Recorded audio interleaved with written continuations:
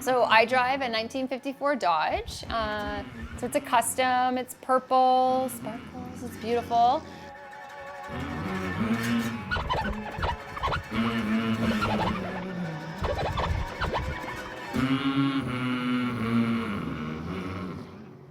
I got what you need.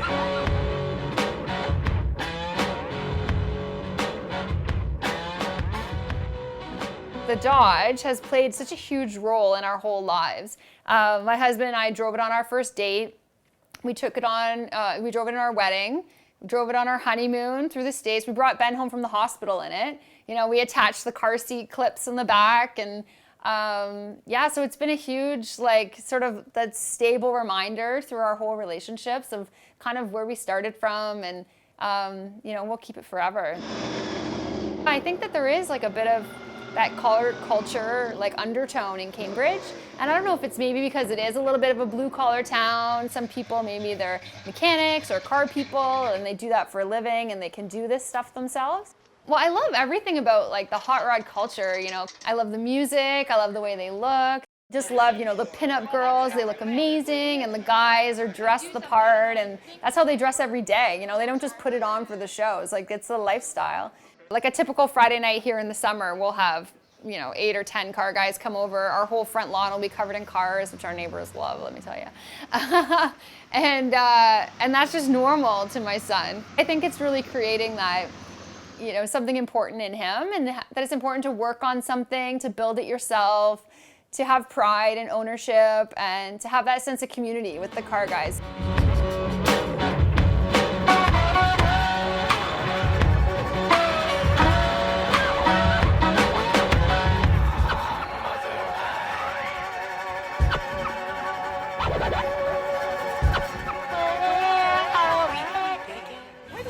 For life. Well, you hope that the other person also changes in the same direction every 7 years, right? Brandon and I have done that. I think we've had our but we've kind of ended up on the same path, so that's good. Growing up, I lived at church. We were there twice on Sundays and Wednesdays, and Baptist, sort of semi-rigid upbringing, which also may account for some of the rebellion in the later teenage years. I could drive one. These kids put hand controls. It's kind of like a motorcycle. I was a party girl in high school. I did very well considering. My grade 9 year, my parents still, shake their heads at this, but I missed 185 classes because of skipping, and I still made the honor roll. So they were like, if only things weren't so easy for me. Then they catch a fish and they say, "Here, Grandpa, or Pop, take the fish off the hook." Well, if you and I are fishing together, we're both able to bait our own hooks. And my dad also worked for the police department, so I think that he wasn't a police officer; he was a civilian. But I think that was like a source of embarrassment for him too. When there was a couple times when I got brought home by the police and stuff, and here's my poor dad, that's his job. And looking back on it, I'm like, oh my goodness, I can't believe I would humiliate him like that. But I think, I was just going through so much myself and trying to figure out my own path. And I guess I thought that was the best way to do it.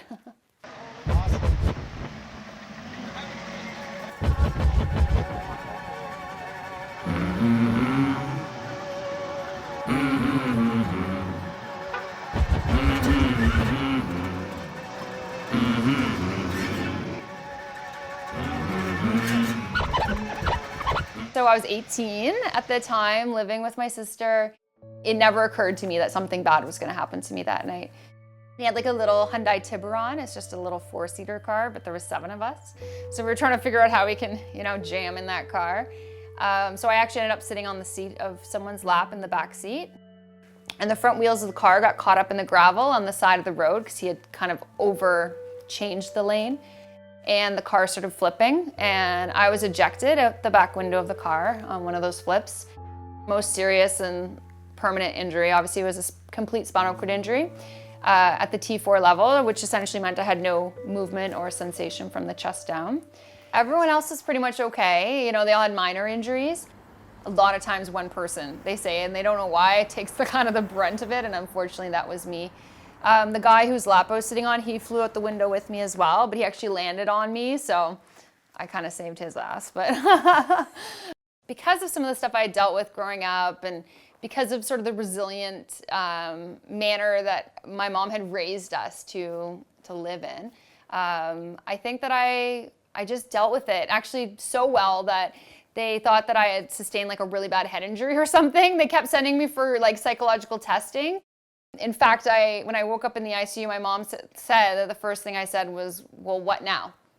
There's a lot more to it than I just can't walk. And I think that that's something I think is really important for people to understand. So I have, circulation problems, breathing issues, bladder management, bowel management, skin issues. Like there's this whole umbrella of issues that a spinal cord injury really brings you. So I spent 6 months in rehab basically learning how to use my body over again. I'm 5'9", so I got these crazy long legs, which are no longer the asset they once were. They're kind of a pain.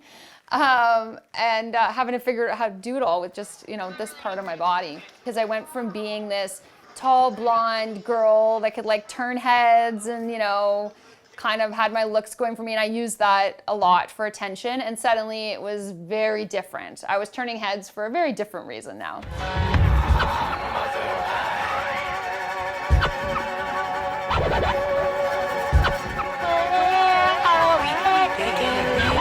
I'd only been injured for a year and a bit when we met. He actually was standing behind me at the bar, and I reached up and grabbed a beer, and then I spun around and like elbowed him. And then he kind of like was like, whoa. And then he's like, oh, hey. He never made it about me being in a chair. It was never that. It was just, he was dating, this blonde girl. Oh, she happens to be in a wheelchair. I love you. I think that one thing that I've kept very separate is like the healthcare stuff and the relationship stuff. Because I also want to be seen as a sexual being to my husband. I don't want him thinking about some of the bathroom stuff that I have going on. Like, that's not what I want him to be thinking about when we're trying to like make out. So Do the loop, we'll go by the library and then come back down, okay? being pregnant was an adventure. So I only was able to work for the first 2 months, and then started passing out at work, which they frown upon at the bank. So I had to go home and lay down. And I laid on this couch and watched the world go by through this window for 6 months. Even as a very small infant, it's almost like he knew that he had to do certain things differently. All right, backpack? No, my purse. Your purse? My purse back. He would just sit on my lap on like a breastfeeding pillow, and I could wheel around the house with him, and he would just sit there. It was amazing. So yeah, he's always been a pretty special kid.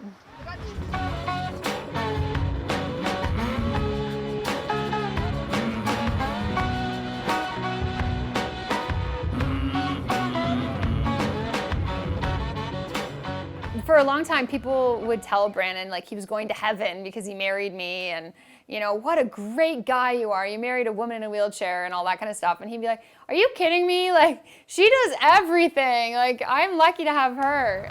Are you the mayor? I am. You know what it's missing here? I just work part-time for some friends in their business, doing some administrative work, bookkeeping, things like that. But that's only a couple days a week. So the rest of my time is filled up with some volunteer work that I do. I'm the chair of the Accessibility Advisory Committee for the City of Cambridge. So I think that it's our responsibility to be complying with the ADA.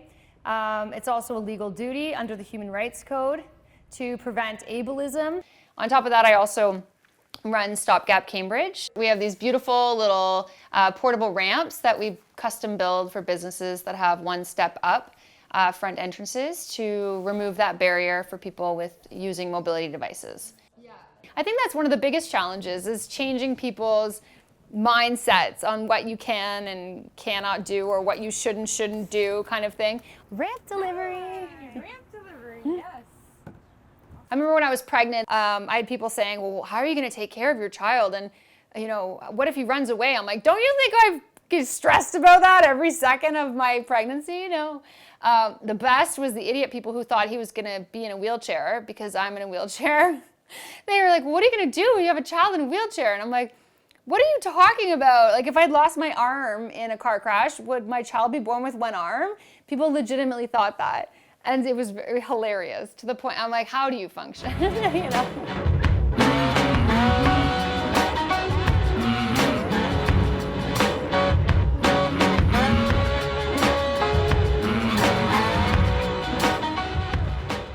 where I would be if I hadn't had my injury. I mean, I was heading down such a crazy path. And my mom says I was like on this merry-go-round just spinning and spinning. And she says, eventually you just had to fly off. She said, you actually literally flew off. She's like, I don't recommend that for everyone.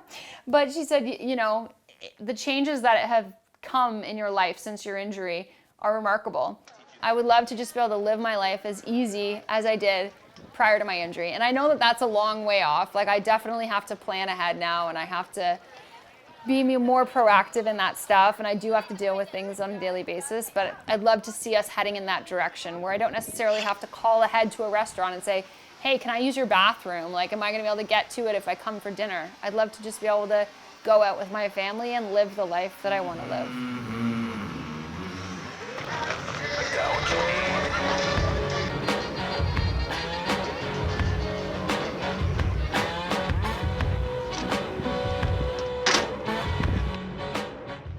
I remember when I was in the rehab hospital, this lady came in and she was a hypnosis therapist. And I said, I really wanted to remember sort of what happened all around me. And she said, no, your body's blocked that out for a reason.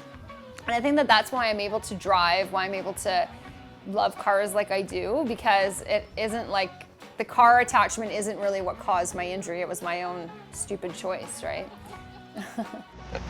Hi, Sean. How are ya? Good, thanks. Thank you. But when I'm driving the hot rod, nobody ever asks me about being in a wheelchair. It's because all the focus is then on like the purple car. So as much as I'm getting attention, it's the kind of attention I like, because it's about something other than me being a woman with a disability.